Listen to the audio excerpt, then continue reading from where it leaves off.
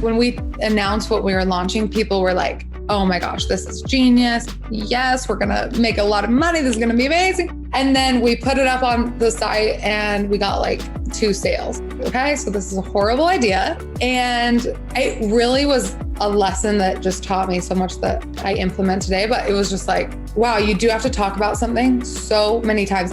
We're seeing so many products all the time. So how are you making it personal? You know, how are you telling the story? What is the product? Why does somebody want it? Why is it going to benefit their life? The relationship between a brand and an influencer is a two-way street. And even though that might sound obvious, even the most successful brands and influencers are struggling to see ROI from their content. I hear this time and time again on the show. How do I get the most bang for my buck? How do I think about structuring a good relationship with the influencer? What does the end result look like? So many questions around this topic. That's why we brought Tessa Barton on the show, who has experiences on both sides of the spectrum. She's an influencer turned entrepreneur, whose company, also called Tezza, has seen its ups and downs in the 5 years she's been working on it. And on this episode of Up Next in Commerce, Tezza explains how she went from cold reach outs to Urban Outfitters, to leveraging a following of more than 1 million people, to then building a company, all on her own. She discusses how both brands and influencers should be thinking about putting their best foot and content forward, and what kind of creative and distribution process has had the most success. Plus, she talks about the lessons she learned when she was launching her very first product and was expecting immediate success, and then being able to count her orders on one hand. But she turned things around, and you'll learn just how she did that and more on this episode. Before we dive into this episode, I was hoping you could please subscribe, rate, and review the podcast. It helps spread the word about the show, and I would really love it. So please let me know how I'm doing and give me a rating, give me a review. Let us know. All right, enjoy the episode. Really quick, I want to say thank you to our awesome sponsor, Salesforce Commerce Cloud.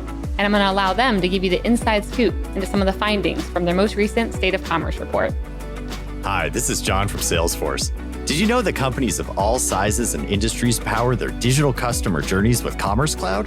Salesforce Commerce Cloud delivers B2B and B2C commerce, as well as order management around the globe. And with Commerce Cloud, you can engage with your customers anywhere and personalize interactions everywhere. Scale and innovate with ease and drive some serious growth for your business. And speaking of innovation, we recently surveyed nearly 1,400 commerce leaders and analyzed the consumer shopping and business buying behavior of more than 1 billion customers worldwide. And we uncovered emerging trends that will influence how companies can be successful and stay ahead in this ever-evolving landscape. To check out the trends we discovered, go to sfdc.co/commerce insights. That's sfdc.co/commerce insights, one word.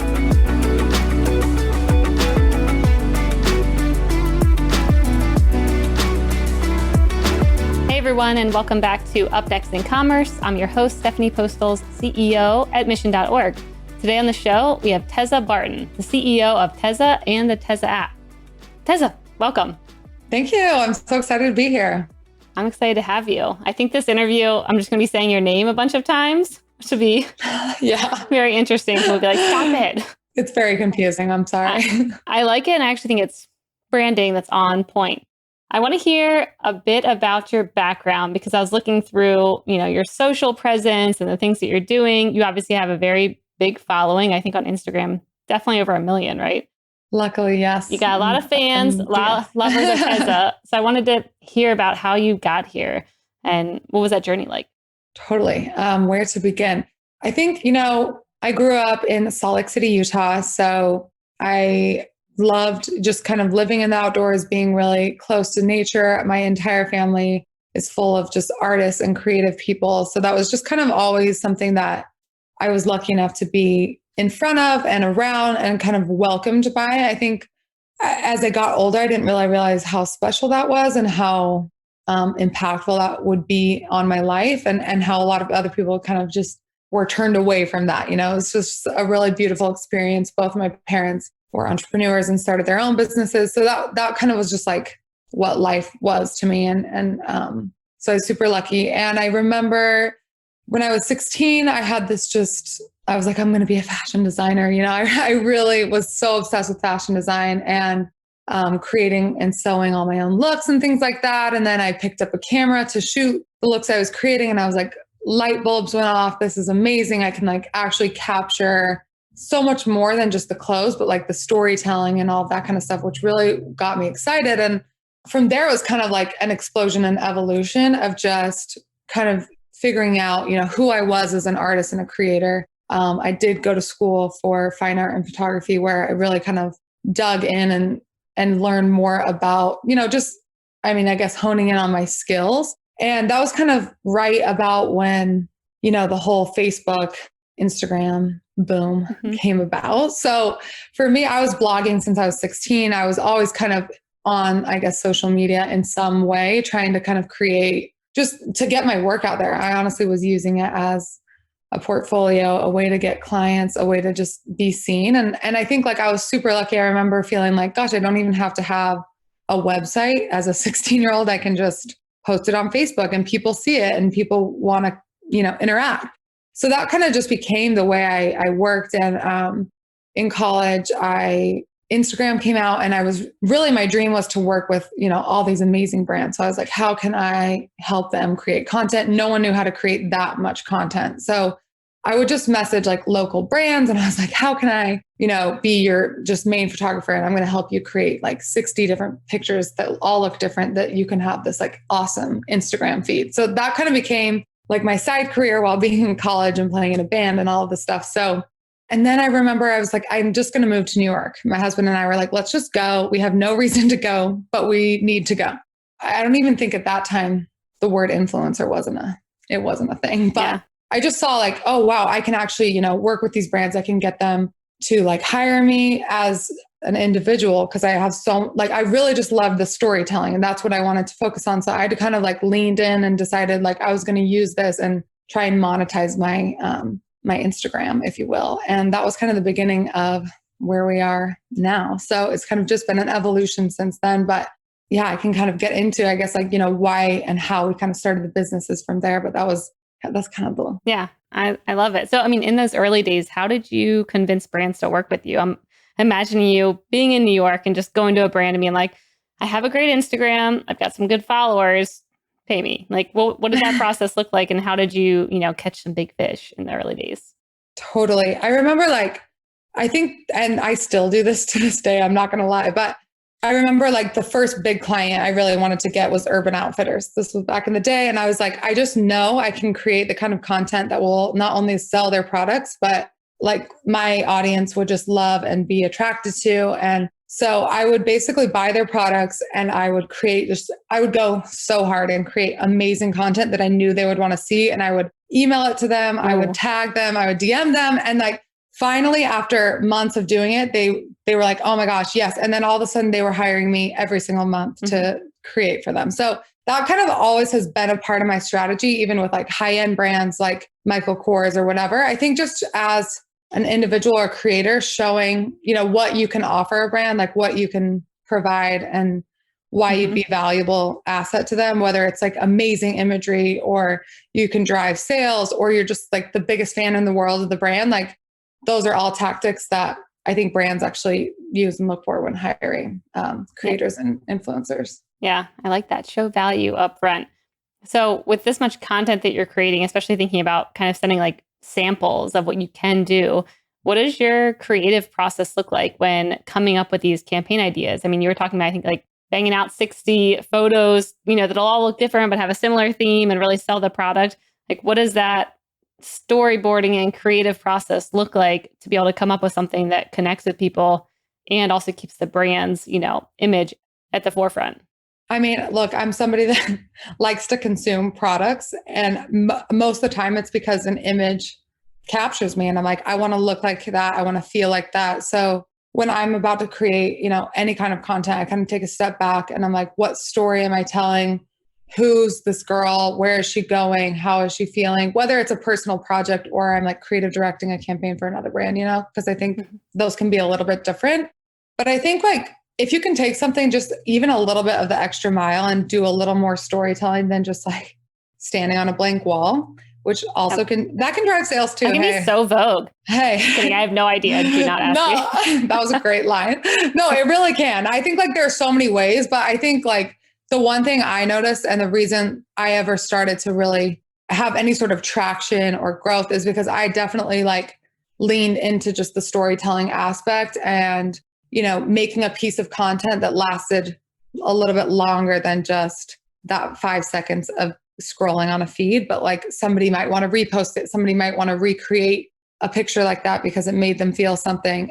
It lives on Pinterest. It's kind of like, that's kind of how I focus and think about my content. And were you also focused on distribution? I mean, you can make these great pieces of content, but how did you get it in front of the people that they wanted to? Was it just kind of focused on your following, or were you trying to find new ways where, like Pinterest, maybe you weren't there before and you're like, I'm going to go here, I'm going to try YouTube. Like, what did that look like to really get that content out into the world in a way that was, could potentially go viral or scale? Totally. I think like if you can be on as many platforms as possible, like you should. It's definitely difficult. I even struggle with it myself, but I use like my blog and Pinterest were a huge, huge way of existing and growing my audience outside of just Instagram, because so many people would be like, wow, I discovered you on Pinterest, or I didn't know that was your photo. I've been like seeing your blog over here. And so like, I think just having the conversation, TikTok is an amazing way now. YouTube is an amazing way now. And on top of that, I think another amazing thing you can do is collaborate with other creators and influencers. Like that is huge for just combining audiences and being able to, share each other's like audiences and messages and build your own brand. Yeah. Yeah. I love that. So when thinking about these big brands partnering with you, I always ask the brands, like, how do you think about ROI with influencers? Do you think it's worth it? How do you find an influencer that's good for your brand? And what's nice about this conversation is it's on the other side of the table. So I want to ask you, like, how do you think about, working with a brand? What's a good partnership look like? And how would you advise them on thinking about, like, is this going to be a good fit? Will you get the ROI that you want? Right. I think ROI is that's always the hot topic, the hot conversation. But like, there's so many different ways to think about using an influencer. And it's like when Doritos does a commercial on the Super Bowl, obviously it's like, there's so many things that does. It's like vibe, culture, like conversation, like visual. You don't know how many people are going to go buy Doritos after you watch that commercial. But I think the benefits of using an influencer is that you're hitting like you're hitting those trust points. And I think personally, the most success and the best success and conversations I've had with brands as an influencer is when, like, even if I'm the biggest fan of a brand and they just send me an email and they're like, we just want you to post, here's how much it's going to be, here's the brief, done. I'm kind of like, okay, cool. But if a brand sits down with me or has a phone call and they're like, this is why I love my brand and this is why I think you're going to be a good fit, and this is why I'm passionate about this project and this new thing that we're launching, I'm like so hyped. I feel so much more connected to that brand, and I'm going to spend 10 more hours on that piece of content than I am if it's just like too quick and like there's no heart in it. As a brand, if you can like find influencers that not only like love your product and want to talk about it, but actually connecting with that person, that partnership is going to it'll just go longer, and they'll talk about you even more after than when you just pay them because they're excited about it too. Yeah, I love that. That's such a good idea of like, how do you pull in whoever you're working with so that they have heart in it? And it's not always just about the contract and the hours and all that. Like, people will probably go the extra mile if they feel like personally committed to it. I know when I was talking to someone from Anheuser-Busch on the show, and they were talking about, I think, a partnership with Travis Scott.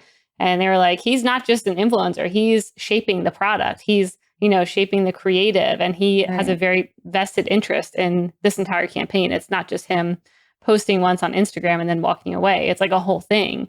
Right. And that to me is what you want. But I don't know if enough brands think of it that way and think of the longer term benefit and how to actually pull in the people that you're, trying to help spread the word in a way that's meaningful to them. Totally. I think like another example of that, and this is a brand that I've worked with for many, many years, and we built just honestly the trust, and kind of to what you're saying, I think is actually using a influencer as like a creative and a creative director. Like, I worked with Tresemme for so long, and my content always performed really well. They loved the direction I took things, the amount of time I spent on things. And so after a few years, they started to hire me as a creative director and photographer for the brand. And I got to like shoot other influencers for their campaign. And then they, that became a bigger part of the story. They helped tell that story. And so I think think outside the box. It's not like use these creative people to your advantage because we're sitting here. That's more exciting than just like a quick post. I think everyone's just craving just personal touch points right now. So anything you can do like that is going to be just a level up from just a post. Yeah. What did that look like behind the scenes with Tresemme when you were acting as a creative director and, you were kind of behind the camera instead of, making your own post for them? What did that look like? So much fun. Not going to lie. It was a blast. Yeah, sounds fun. Yeah. I think, we had, 6 different girls and I got to kind of help choose the influencers and really come up with different imagery that would, bring to life, not only the Tresemme content, but the influencers content. So because it was coming from also the influencer side and not just a brand side, there was so much more value in thinking about it that way and really trying to bring to life two different brands. Because, influencers basically have their own brand. So I think finding kind of like that storytelling is really where beautiful things start to happen. Yeah. Very cool. Which brands do you wish to work with in the future? Or are you like hoping to one day partner with?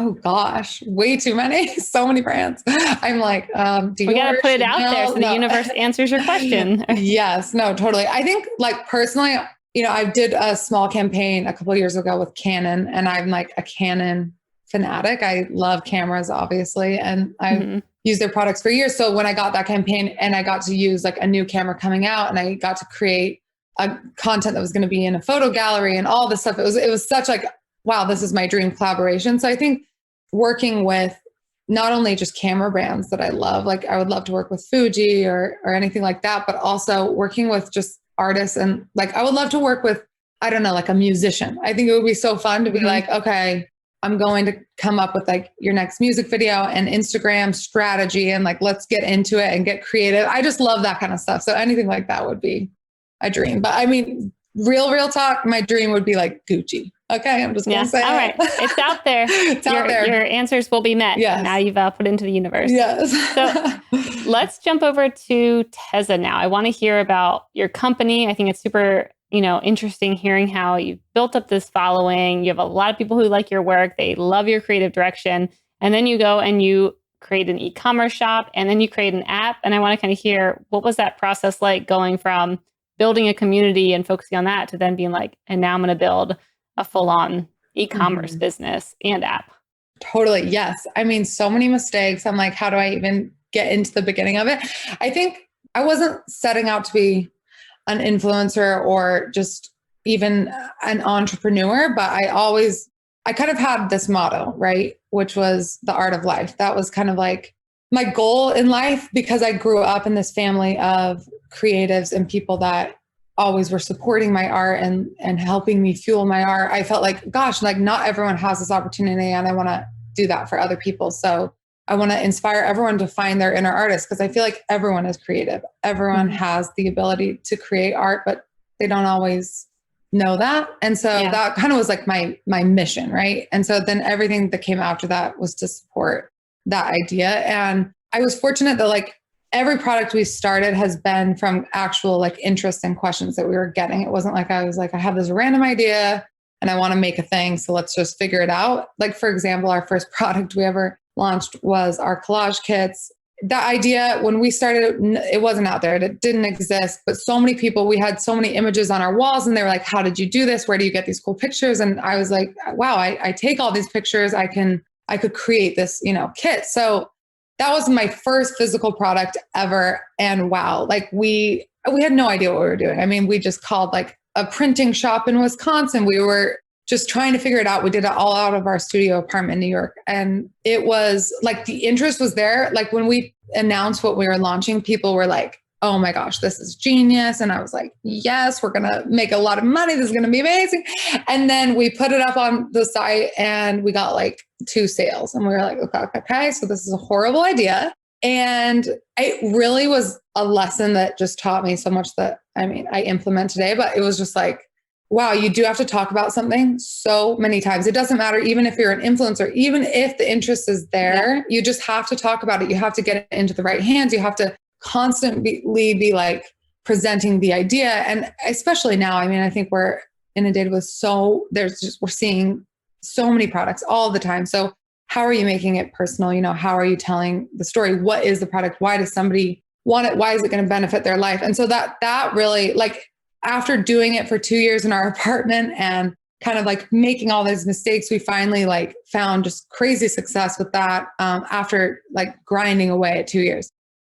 How did you, go from having 2 sales and be like, womp womp, to then finding success with it? Because I can tell now just by looking at them, like, there's no way you're not selling a bunch of these. I mean, and collages are so, on trend right now. I mean, even everyone's trying to do the collage walls with the pictures and then trying to even organize it. I tried to do it. It literally took me a week and I was like, this close to giving up. So like, what did you do to, hit success with that? I think kind of like I was saying, just talking about it way more than we thought we had to. I didn't know how it works. Like I didn't know I should be doing email campaigns, or I should be, that every person that is interested in DMing, I need to be DMing back and like really supporting the community of it and like helping people, just making it like an easier part of conversation. And then also just getting it into the right hands and having those people like love it so much that they want to talk about it. That's always been influencer marketing, right? It's like an influencer. I say that, I think everybody's an influencer. You could have 10 followers and heck, you might be influencing those 10 people major. So I will send you a collage kit. But I think like, how can you have those organic conversations and find people that are actually interested? And the second we kind of like did, it circulated and circulated and circulated. And we never really had to like, we don't overthink it now, but I think like that was a really interesting learning process. And on the flip side of that, we launched the app. It's been, I guess, a little over 2.5 years now. So 2.5 years ago. And that was a similar product where we launched that out of just interest. I was a photographer. I was really had a super specific aesthetic. And so many people were like, how can I do this? How can I be a better photographer? And so I was like, I want to be able to help everybody do this. How can I could sell my Lightroom presets, which I was doing, and I had great success with that, but it was so limited to the people that I could reach. And I was super lucky that my husband was a developer. And so we were like, let's just sit down and see if we can build an app. Like we were 2 kids in a studio apartment. Who knows what we were doing. But after like 1.5 years of like at midnight grinding away, trying to figure out how to build a photo and video editing app, we finally got it to work. And it was so raw at the beginning. Like I remember when we launched, it had so many problems. Like it's such a different product than, an actual physical good, but equally, I mean, you have like bugs and you have just a million types of phones that it has to work on and all of these things. So it was a very humbling process, but I think we benefited because, we knew who our consumers were and what they wanted. And I had built such an honest and real relationship with that initial, community that wanted the app. And so they were willing to like work with me, and we like worked through the bugs and that's still how the app works today. And we were really able to like grow it because of those initial core people that just like wanted it and thought it was amazing and were willing to like get through the mistakes with us, Yeah, that's nice. And good to have a community that is willing to chip in like that. How do you, so you've got the Tezza app, which is a photography editing app, and you've got Tezza, which is an e-commerce shop. How do you think about, kind of uniting both of those and sending traffic both ways potentially, or not at all? Do you kind of keep them as like complete separate companies and use cases? Like, how do you view the branding on everything you're doing? Totally. I mean, just to be honest with you, it's been, I feel like, a quick 5 years where I'm like, wow, we just did so much. We didn't have time to think. We were just kind of like building and doing stuff that we wanted to make and all this stuff. And last year was a very important year for us, and like in a way grateful for everything slowing down, because we were able to take a step back and be like, okay, what are the brands that we're building and how do they work? And so now, we are really passionate and excited about combining those 2 brands together and really focusing on having art in the physical and digital space and helping and inspiring creators, whether it's, making your home a more inviting, amazing space, or you're able to create really amazing artwork and be an amazing creator by using the app. And then on top of that, we're doing so many different collaborations this year, once again, in the physical and digital space by working with, other artists and bringing to life their work through art prints and things like that. And then also within the app. So it's a really exciting year. I feel like we're finally kind of understanding, the brand that we're building. And I kind of now finally see where we're headed. So, I mean, just that's like, kind of an honest answer. Just, I think we're still growing and figuring it out. And we're such a small team. It's me and my husband and our assistant. So we're growing, we're trying to get bigger and better, but it's been a good year for sure. Yeah. Well, that's impressive how much you all are doing with just the three of you. It's a lot of work. Have you guys what are you thinking about the NFT trend right now, especially hearing about, how you're viewing digital art? And I'm just imagining are you going to put it into an NFT, put it on the blockchain, do something like that, sell it that way? Is that something that you guys have even, talked about? Because it seems like you have a good opportunity, especially since you're one of the creators who's making some of this amazing art. People are willing to buy your collages with just your photos. How have you thought about creating scarcity around that potentially and having it in a digital format that people can own? Totally. It's a hot topic right now, and something that's we're dipping our toes in and actually trying to figure out an interesting way to go about it. And I think that I'm not exactly sure if that will evolve to be the way. I think we're going to see a lot of different kind of things pop up like that. I think I am excited to see kind of stuff like that. I think there's a lot of value. I like the idea of an artist can get, as a piece of art goes on and gets passed on, an artist actually would still get the commission in from something like that. I think that's a beautiful thing. And I think it should be it's similar to music. I think music is going to change and evolve a lot over the next little bit. And so I'm excited to see where it's all going. I think all these worlds are about to kind of come crashing together. Yep. Yeah. I was just going to bring up music, because I know you were kind of in that world for a bit. And to me, it just seems like a no-brainer of why wouldn't you put your music somewhere that can get properly valued and bought and respected in a way that it hasn't been previously. And I just see so many use cases where I do feel like there was obviously a very big fad. It got a little crazy. You can't just, be NFT solves the world's problems and just needs to do everything. And I'm going to put my pen on it. I'm going to digitize this. It definitely got a little out of hand, but I can see a place where there are really good use cases around ownership and, giving artists what they deserve, which is really cool. Totally. And I think just more artists are becoming, independent. And luckily even just with TikTok, the things that has done for small musicians that could never get, the viral reach or anything without, a label or all these people behind them. I think there's so many cool ways that are coming up. And Instagram alone, I think has been just an amazing place for independents and artists to be able to sell their art or find a community. I think about the people I've connected with.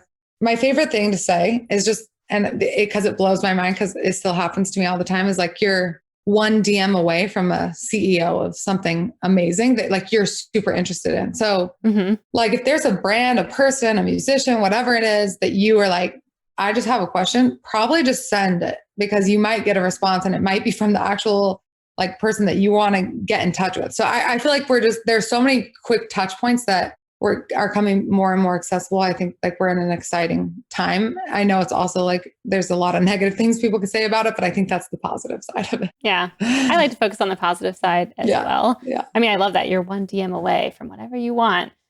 How do you think about collaborations? I know earlier you were talking about collaborations with other brands, and how it seems like that could also get tricky and a little sticky depending on who you're working with. So how do you view having a collaboration in a brand that's going to work well and not get to a place where you're both butting heads and trying to figure out who's doing what? What's a good collaboration?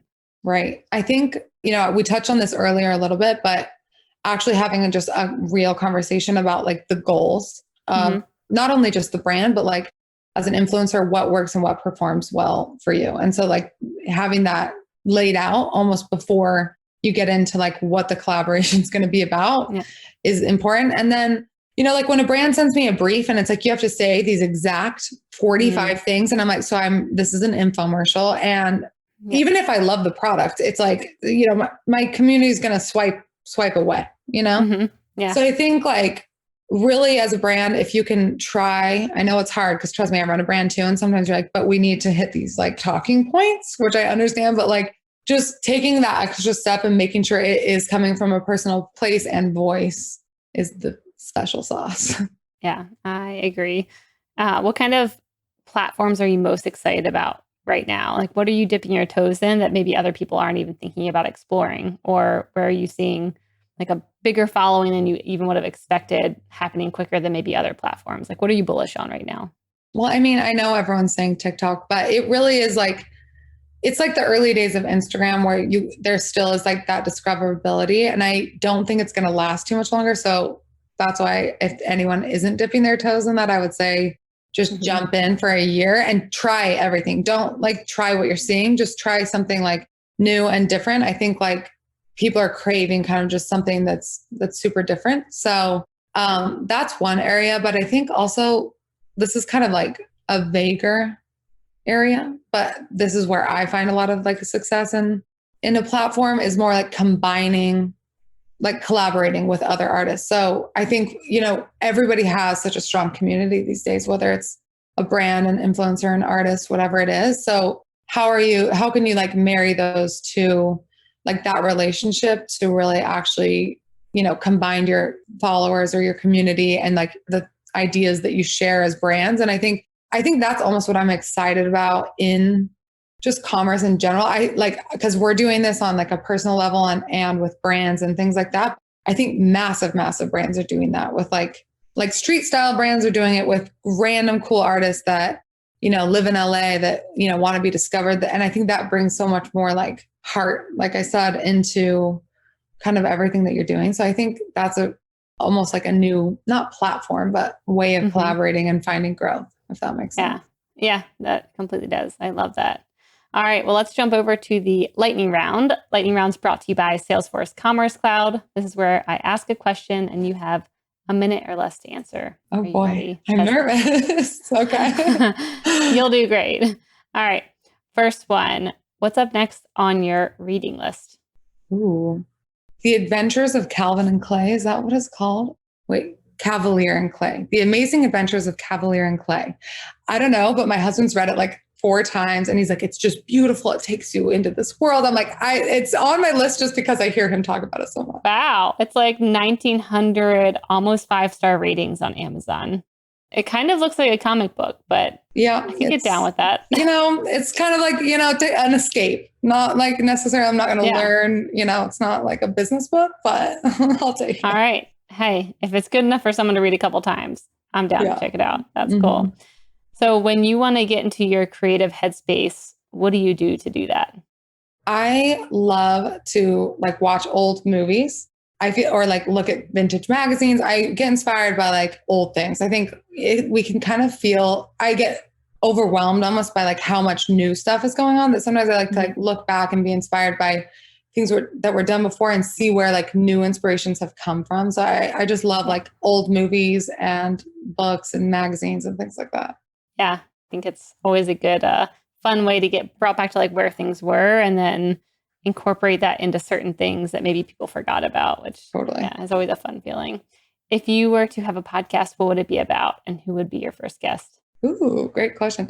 I mean, I think it would be about, art and kind of, I've always wanted to have a podcast called like either The Art of Life or like Starving Artist or something like that to kind of break down the walls of just what being an artist actually is and showcasing, like my husband, for example, he's a developer. I always made fun of him for not being the creative one, but he's so creative and developing is creative. And that I was like being a critic of my own, I was like judging him and now I take it back. So I feel like there's so many things like that I would love to talk about and so many cool people I'd love to interview. But my first guest, this is going to be so lame and cheesy, but I would love it for it to be my mom because I love that. She's the most fascinating woman. And I'm like, I haven't even sat down and asked her all the questions I want to ask her about. I mean, she has 5 kids. She started an amazing interior design business from the second I was born and like never seems to be stressed out or like not have enough time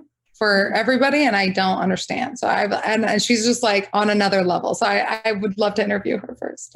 Oh, that's a good one. I would listen to that one as well. So let me know when that's We'll see. Stay tuned. Yeah, stay tuned, everyone. Who is your either favorite artist, you're watching, or fellow influencer? I'm going to say this for people that are looking at or out there looking to become influencers, because I think she is doing a really great job at like growing platforms, which is really hard to do right now. So I kind of look up to her for this. But Brittany Xavier, she is an amazing influencer, and she's, I've just watched her like change her brand over the years and really like go after the brand she wants to work with, and also grow literally everything from like TikTok to YouTube to like millions of followers in like short periods of time. And she just does such a focused approach. And I think like for somebody that's trying to become an influencer or wanting to like find the community, she's just an interesting person to observe. Oh, that's a good one. All right. What is one thing you don't understand today that you wish you did? How to scale a business. I feel like, I wish I went to business school sometimes. I feel, but sometimes there's benefit in like, I know, like not You're knowing. in it right now. This is your business school. I'm in the business school, but sometimes I'm just like, wow, I don't even know what to do, where to go, but it's kind of fun. I don't know, figuring it out. You will learn so much more by just doing. We'll have to circle back in like a year and you'll be like, look at all the progress. Look at what happened. Exactly. I'm the best. Exactly. Can't wait for that day. All right. And then the last question, what one thing will have the biggest impact on e-commerce in the next year? I think we're in like a time where everybody has to take a step back and look at like what they're doing, what they're giving as a brand, whether that's like anything from sustainability to like actually being of importance. So I think though we're having, these massive brands like Amazon and Walmart who run so much of e-commerce, I think like there are going to be so many small brands that are coming up that have so much more like meaning and thought behind them. Like I think we're just barely tapping into this new generation of like young YouTubers that have insane amount of impact and following and community that I don't even understand. And so I think they're going to be, leaders in just e-commerce and like products. And I'm just kind of excited and curious to see where that goes. Yeah. Awesome. All right, Tezza, well, it's been really fun having you on the show. Where can people find out more about you and all the cool things that you're working on? Thanks so much for having me. Yes, you can go to shoptezza.com or lelothelabel.com. That's my sunglasses brand. And then also in the App Store, if you type in Tezza, you will find our photo and video editing app. And on Instagram, Tezza, Tezza. Good handle. All right. Well, thanks so much. Thanks for having me.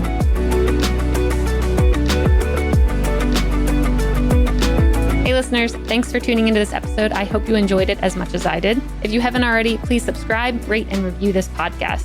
It helps spread the word, and I would greatly appreciate it. See you next time. Up Next in Commerce is brought to you by Salesforce Commerce Cloud and created by the team at mission.org. Subscribe now at Apple Podcasts or wherever you listen to podcasts.